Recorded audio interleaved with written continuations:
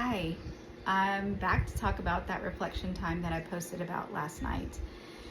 Reflection time is so important to really start to build a better answer or a better response or a better image, whatever it is that you're working on. And you can't do that if you don't put new thoughts inside your brain. And so reflection time kind of helps you process everything about yourself in order to get to the next step. And in an effort of being what I'm going to call equitable, because this skill is hard, I can't show you an everyday thing because it would look super easy and then you would feel frustrated when you do it. So I'm going to make it hard for myself, knowing that you're going to start from the very beginning. And because of that need to make it equitable, I'm going to talk about something that was embarrassing. And I might not ever post again after I share this, but this is just real for me. But I'm going to give you the reflection before, that way after you're done laughing you can come back and really watch the reflection again. So after I could actually think about it, and when anything is embarrassing or gets me super angry, I have a tendency to shut down all thought and not think about it because it makes me feel those same emotions again. So this is why this is so hard for me. But after thinking about that, in the very beginning, my confidence level was super high, probably hyperinflated. I probably needed to bring it way down. And if I had brought it down, I may not have felt as bold or have done what I did in that moment. The second thing is that I do not know sign language. I will never know sign language. I do not practice it, and I should not, under any circumstances, do anything with sign language again. The third thing that I didn't do well in that situation was read facial cues. I missed the facial cue that would have given me the opportunity to address the issue real time.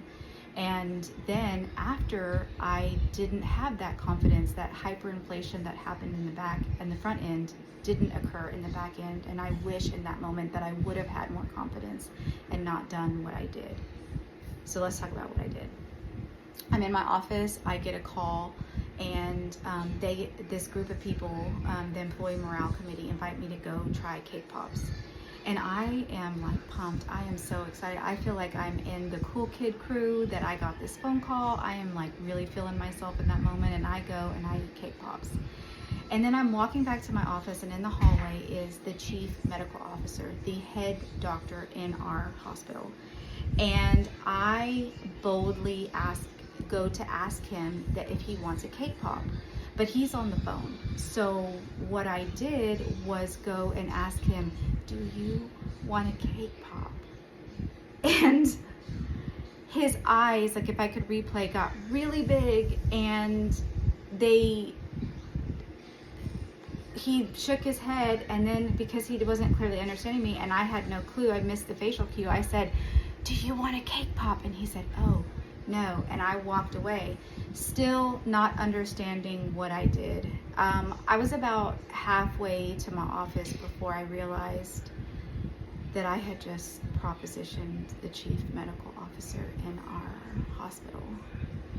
And I started freaking out.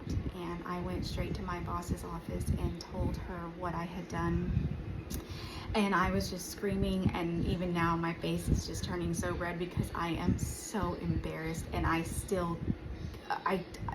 couldn't think of anything. And she just, in Texas we have a saying, bless your heart, and that's all she said to me. And I avoided him for months. As many meetings, I skipped meetings after the first week. I avoided him for so long because I was so embarrassed, and I still to this day, by the way, I'm sitting here and my chest is tight and I'm barely able to speak, and it was probably like 6 years ago. So it carried with it forever.